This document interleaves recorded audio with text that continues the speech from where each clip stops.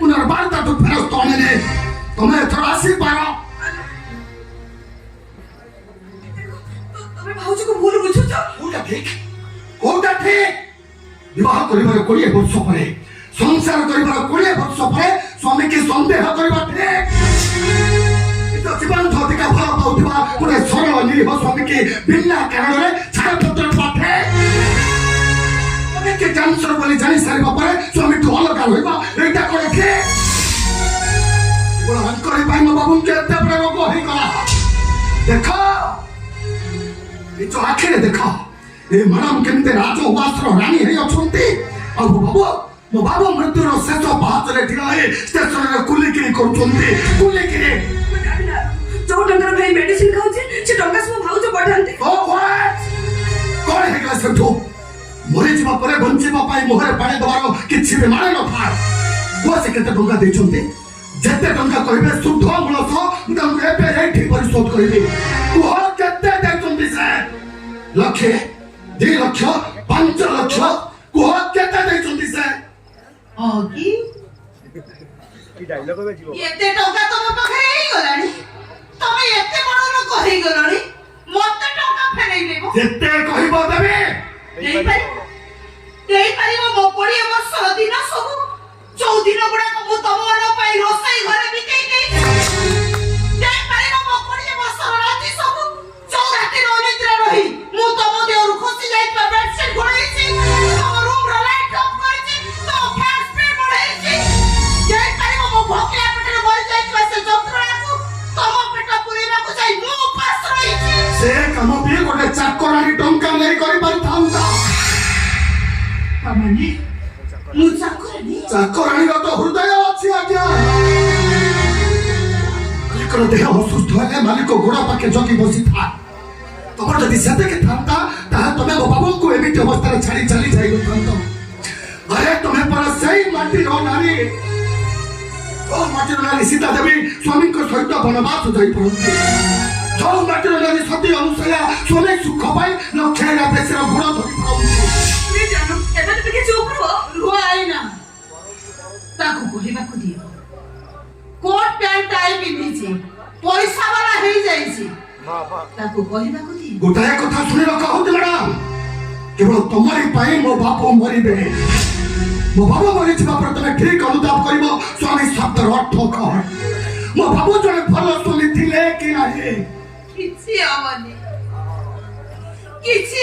मोर काहे कि ना से तो बड़ को मुआउ नथिबी कोठे तेला बे बस्ताइबो तुम्हें मो बाबू को जेते के कष्ट देइछो ता तो 10 गुणा अधिक कष्ट पाइबो तुम्हें से समय भी मो पाई आसीबो अवश्य जंत्रणा रूपरे आसीबो मरिबो तो निश्चय किंतु छटपट है मरिबो तुम्हें कष्ट देइछो अंतार आघात सहिबो जंत्रणा देइछो जीवन अन्य नाम जंत्रणा ए सत्यर अनुभवी हबो तुम्हें बेईमानी करिछो विश्वासघातकतार विष पी अवहस हब तुम्हें मृत्युर द्वार को ठेली देइछो अरणा महिषर शिकार हब तुम्हें मन रख से दिन भी मो पाई आसीबनी काहे कि जानिछ आसो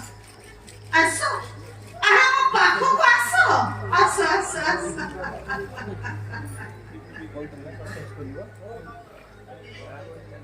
तम भाई को आगुरु मते बा ब्लड कैंसर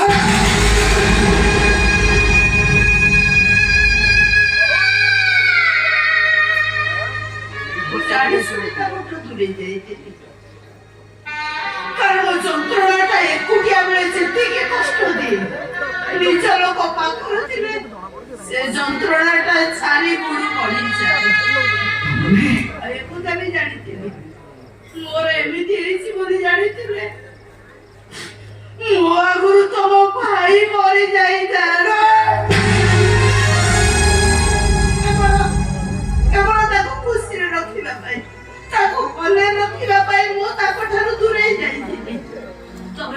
ଭାବୁଛ ନା ମୁଁ ତାଙ୍କୁ ସନ୍ଦେହ କରି ଡିଭୋର୍ସ କଲି ହେଲା ମୁଁ କଣ ମୋ ସ୍ୱାମୀକୁ ଜାଣିନି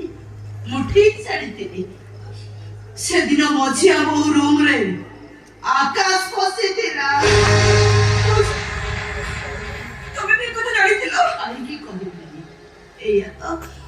ସତ କଥାଟା କହିଥିଲେ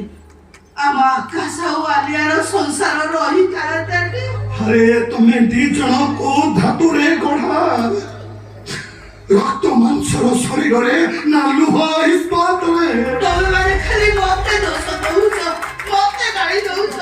ଯାହା ଇଚ୍ଛା ତା କହୁଛ ହେଲେ କେବେ ମୋ କଥା ଭାବିଛ ତମ ଭାଇଙ୍କ ପାଖରେ ତମେ ମାନେ ଅଛ ହେଲେ ମୋ ପାଖରେ କିଏ ଅଛି ଭାଉଜ ତୁମେ ଏତେ କଷ୍ଟ ସହୁଥିଲ କେମିତି ଯେତେବେଳେ ମତେ ଖୁବ ଜୋରେ କଷ୍ଟ ହୁଏ ମୁଁ ଭିତର ପଟୁ କବାଟ ଦେଇ କଣ କରେ ଜାଣିଛ କଣ କର ଭାଉଜ କଥାବାର୍ତ୍ତା କରେ ତମ ଭାଇଙ୍କ ସହ ଆଇନା ସହ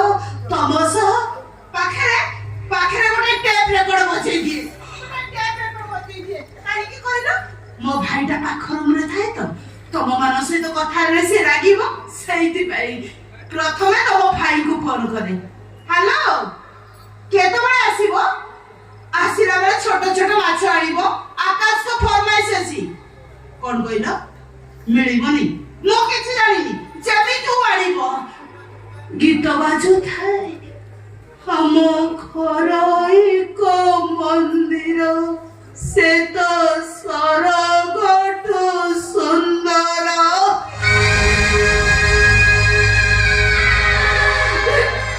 ଯନ୍ତ୍ରଣା ଯନ୍ତ୍ରଣା ଧୀରେ ଧୀରେ ଆରମ୍ଭ ହୁଏ ତାପରେ ଆଇନାକୁ ଫୋନ କରେ ହ୍ୟାଲୋ ଆଇନା କ୍ଲାସ ସରିନି କି କେତେବେଳେ ସରିବ ଶୀଘ୍ର ପଳେଇ ଆସିବ ତାପରେ ବସ୍ ଫେଲ୍ ହେଇଯିବ ଗୀତ ବାଜୁଥାଏ ଆମ ଘର ଏକ ମନ୍ଦିର ସେ ତ ସ୍ୱର୍ଗଠୁ ସୁନ୍ଦର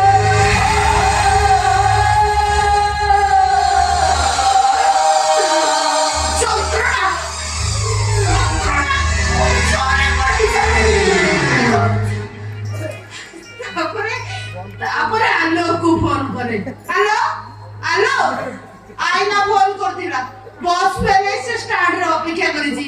ଟିକେ ବାଇକରେ ନେଇ ଆସିବ ତାହେଲେ ସେ ହଇରାଣ ହେଇଯିବ ଗୀତ ବାଜୁଥାଏ ଆମ ଘର ଏକ ମନ୍ଦିର ସେ ତ ସ୍ୱର୍ଗଠୁ ସୁନ୍ଦର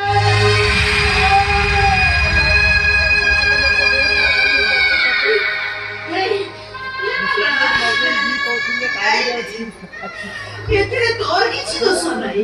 ତୋର କିଛି ଭୁଲ ନାହିଁ ବିଶ୍ୱାସ କର ମୁଁ ଜମା ରାଗେନି ଜମା ମନ ଦୁଃଖ କରେନି ଜମା କାନ୍ଦେନି ଯେତେବେଳେ ବି କାନ୍ଦିଛି ମୋ ଆଖି ଓଦା ହେଇକି କାନ୍ଦିଛି ବିନା ଲୁହରେ ଏ ଦୁନିଆରେ ସବୁଠାରୁ ସୁନ୍ଦର ଯୋଡ଼ି କିଏ ଜାଣିଛ ହସ ଆଉ ଲୁହ ये दुहे केबे भी एखादी होती हाउ जेतबळे भी एखादी होती जीवन स्वर्ग पालटी जाए ए मुगार ए पुडी तम मानको देखिले हसो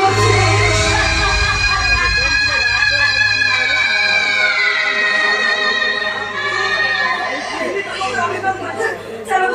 भाई सब सत কথা কইলো ভাই ସେ ଭୁଲ ଜମା କରିବନି ତାଙ୍କ ଅଭିମାନ ଲୁହ ପାଲଟି ଯିବ ତାଙ୍କ ରାଗ କୋହ ପାଲଟି ଯିବ ତାଙ୍କ ଘୃଣା ମୋହ ପାଲଟି ଗଲେ ମୁଁ ଜମା ସହିପାରିବିନି କାହିଁକି ନା ସ୍ତ୍ରୀ ମାନଙ୍କୁ ସ୍ୱାମୀ ମାନଙ୍କ ରାଗ ରାଗିଲା ମୁହ ଭଲ ଲାଗେ ହେଲେ କାନ୍ଦୁରା ମୁହ ଜମା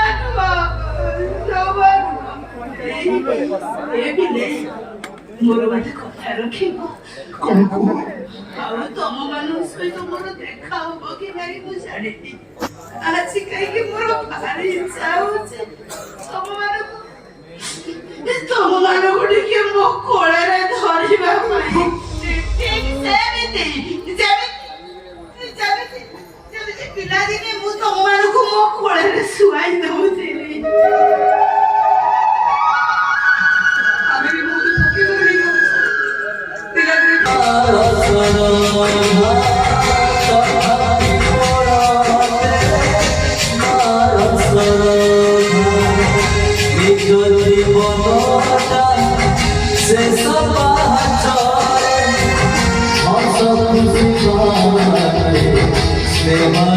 से